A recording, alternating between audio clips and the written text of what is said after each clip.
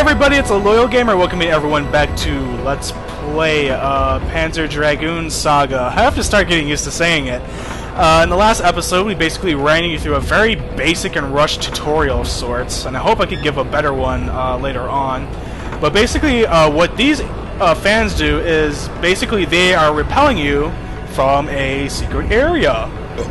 Pardon me. That you can get later in the game. Actually, these fans contain a lot of goodies. Well, basically what Edge is saying there is that the dragon's laser rank is too weak to destroy those items, or those things. If you look in the pause menu, you will have a laser rank thing on the bottom there. Right now our laser rank is 0, because we just started the damn game. We have a display map. And you have a bestiary right here, so it keeps logs of all of the enemies that you've killed, and your abilities, and your item list. I guess this is still kind of a run-on of a tutorial thing, because, oh well, it's better to get it out of the way now, right? You can change your settings right here, we won't do that. Display map, we've done that. I guess the only thing to do is go over skills. Alright, so basically... And I absolutely love and hate on how this quality works of this game, because you can actually change your dragon if I'm able to do it. Oh yes, that's right, I have to morph first. But right now I'm not really able to do anything right now, but a little bit later on in the game you can actually change your type of dragon.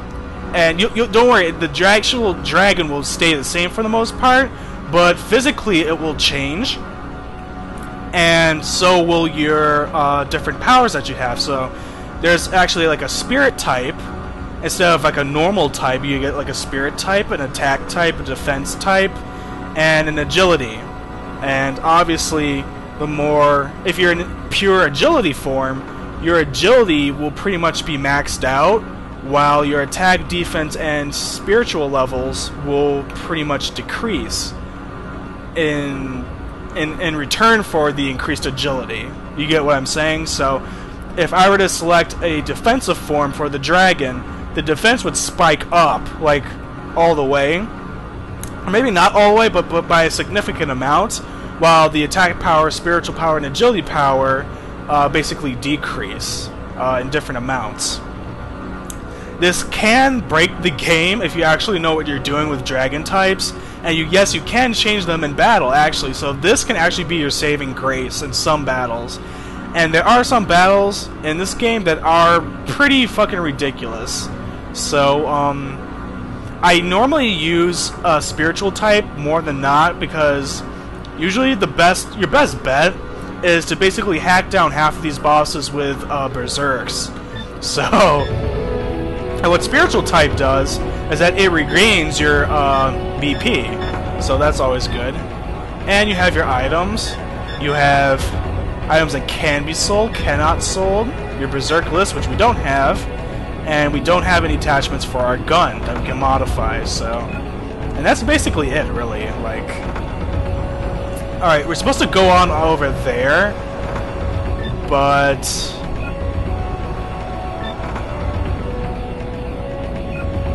Yeah, why don't we go in here?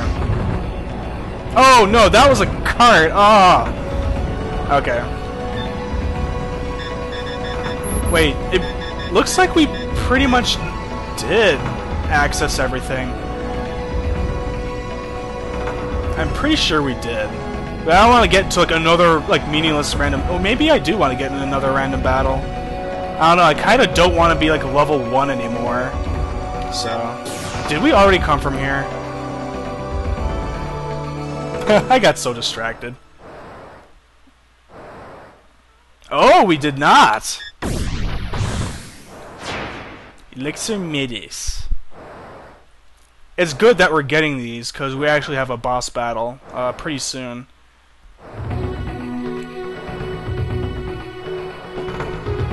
There's so many of these frickin' things in here. These frickin' things. Kinda get you lost.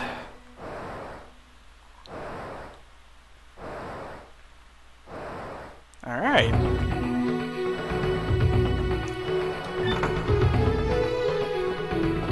Alright, that was stupid. Aw, man. More of these things. Little chicken birds. Alright, so we're just gonna wait until our action bars fill up.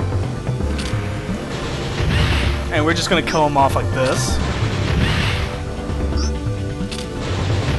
Now, depending on the enemy, sometimes it's better to use Edge's laser than the dragon's lasers. And there are certain types of enemies that will sometimes have no effect on laser or gun. So, yeah, sometimes you do have to vary it up. And sometimes with enemies like these, which are just kind of like these vague enemies that don't have any weak points. How is that a close call, you stupid game? Oh my god. Probably because I took my freaking time on it. But anyway.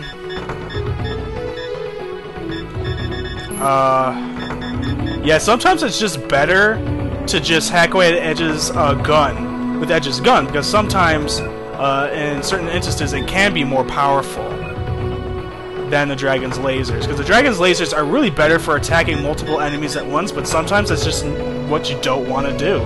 Sometimes it's what you can't do. So I like how the game just kind of switches it up a bit and varies it, so where you just don't hack away at everything with the dragon's lasers. Ooh, pardon me. But unfortunately, the way with how the dragon's berserks are in this game,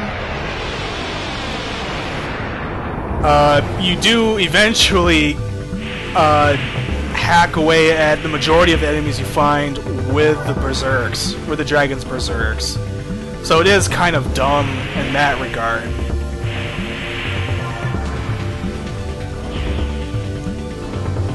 I mean, after a while, the dragon's berserks just get so grossly overpowered. Like, holy shit, man.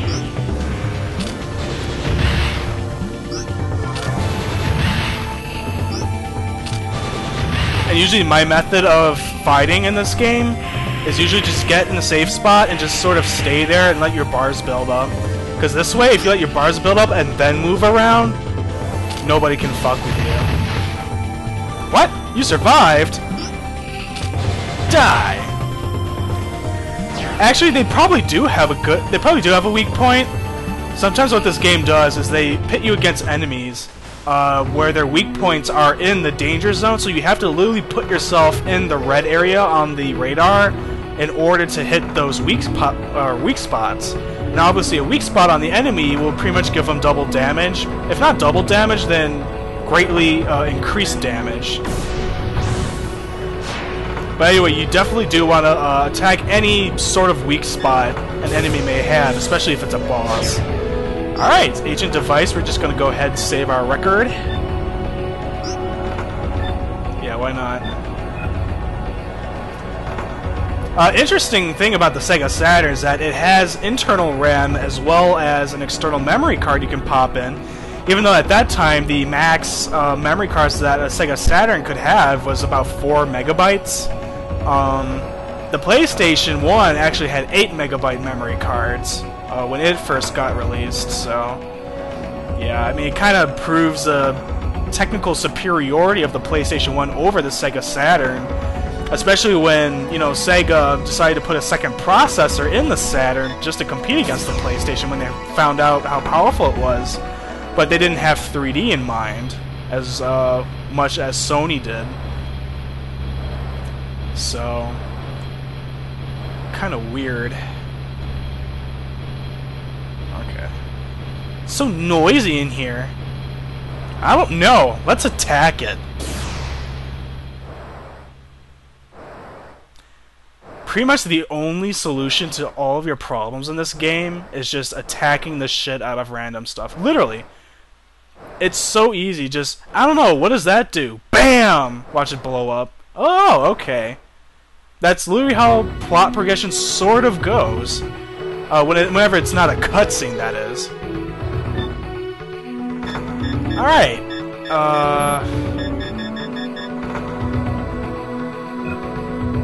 Really? Huh. Alright, well, let's go on ahead and do some barrel rolls for good measure. That's so much fun.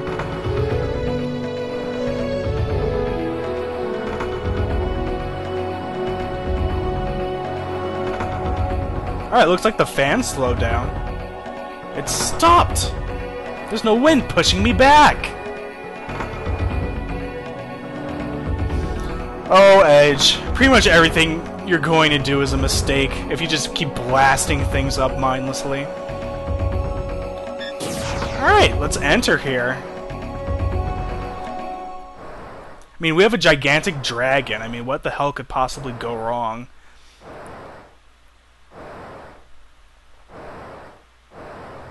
Alright, so Canyon Deep Gulch. This part of the mines actually has pretty good enemies that you can go up against. Berserk Micro. Basically what Berserk Micros do is they increase your BP. They replenish it, rather, not increase it. Same with Elixirs. Elixirs basically heal your dragon, so...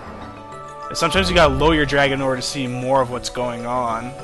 Ooh, uh-oh. Wonder what happened here.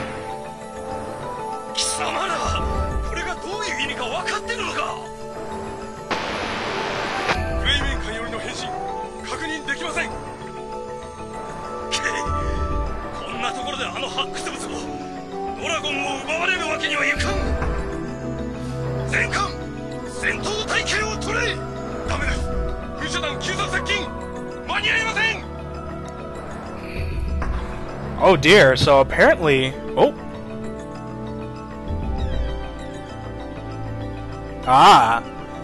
That's definitely up for debate, I guess, but yeah, you could tell that I think Kramen's fleet were chasing after this dragon that we have.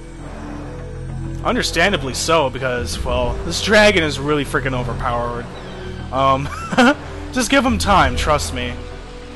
Ooh, look, waterfall. Baldors, the good old Baldors. Oh no, terrible bite. Yay, we actually get hurt. Awesome. We're just gonna go ahead. And the annoying part about Baldors is that they always flip on you like that. So they actually move you out of the safe zone. And a lot of enemies do that. But the good part about this is you can actually let this work to your advantage. Because if you actually just let them slide past you, your action bar actually gets filled as they do that. So as they're moving, they're not going to be able to attack you, while your action bars are going to be pretty much increasing. So use that to your advantage. It'll definitely help out. Alright,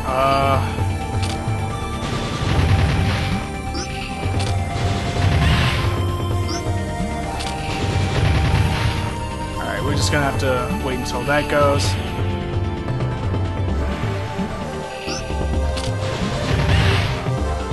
There we go. How is that a close call? Alright, we get a Berserk heal. Probably the most useful Berserk, other than the overpowered ones you get at the end of the game. Alright. Damn, I talk too much. I guess that's the entire point of a Let's Play, though, is to keep talking. Alright, Gilata... I didn't read the rest of that. Alright, so we're apparently in a safe position, and now we have weak points. Shoot the weak point. Awesome. And then we can fly over here. Notice how the weak point... Yeah. Notice how the weak points are in the non-green area. Sometimes the enemies will do that.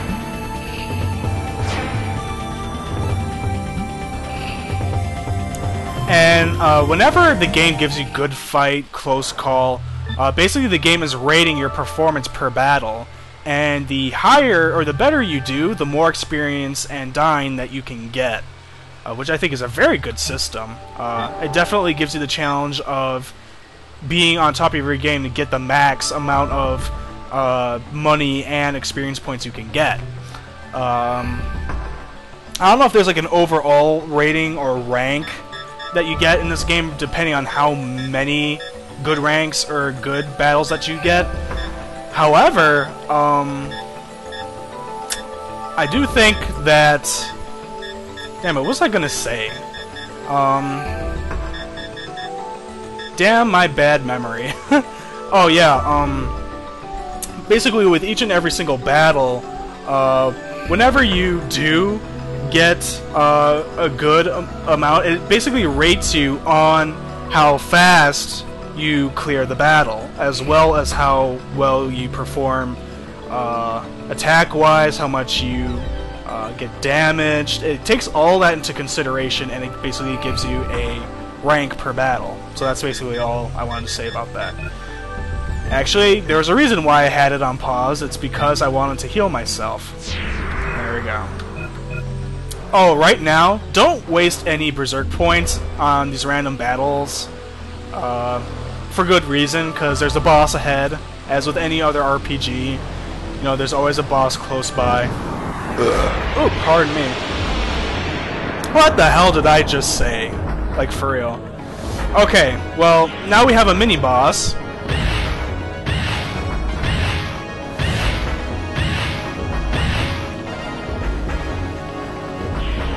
Alright, so what we're gonna do is we're basically gonna fly around here and shoot the weak point.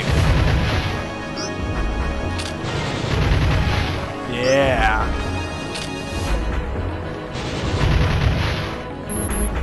Alright, whoop.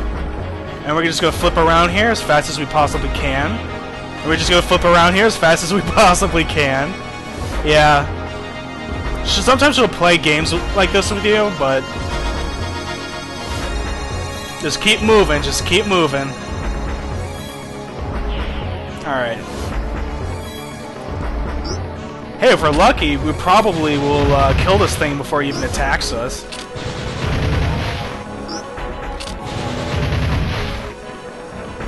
Alright, but the trick... Fuck! I shouldn't have moved. Oh, fuck. Fuck, fuck, fuck. Then things go wrong. LP Curse, I love you. Okay, so just keep flying around. Let your action bar build up. Listen to the awesome music. Alright. Kill it! Oh, I could have just done that! Oh, jeez. Well, never mind. It's done now. Oh my god, I am doing shit. Like, oh my god. Under that waterfall, is that a passageway? We'll find out in the next episode. Actually, we'll find out right now, and then we'll continue on in the next episode. Because we're nearing on 20 minutes again. I wish I could find a save point. Elixir Medish, and well, we'll go ahead. Ooh, treasure. Treasure! A D Unit 02. I'm pretty sure you can't get D Unit 1 until later in the game. An Energy Prism is actually a Berserk, I think, that you can learn. My lord, what a lot of talking. And what a lot of fail. Alright, so that's basically how that works, and the radar is flashing violently. And fish! And fish! And fish! And fish!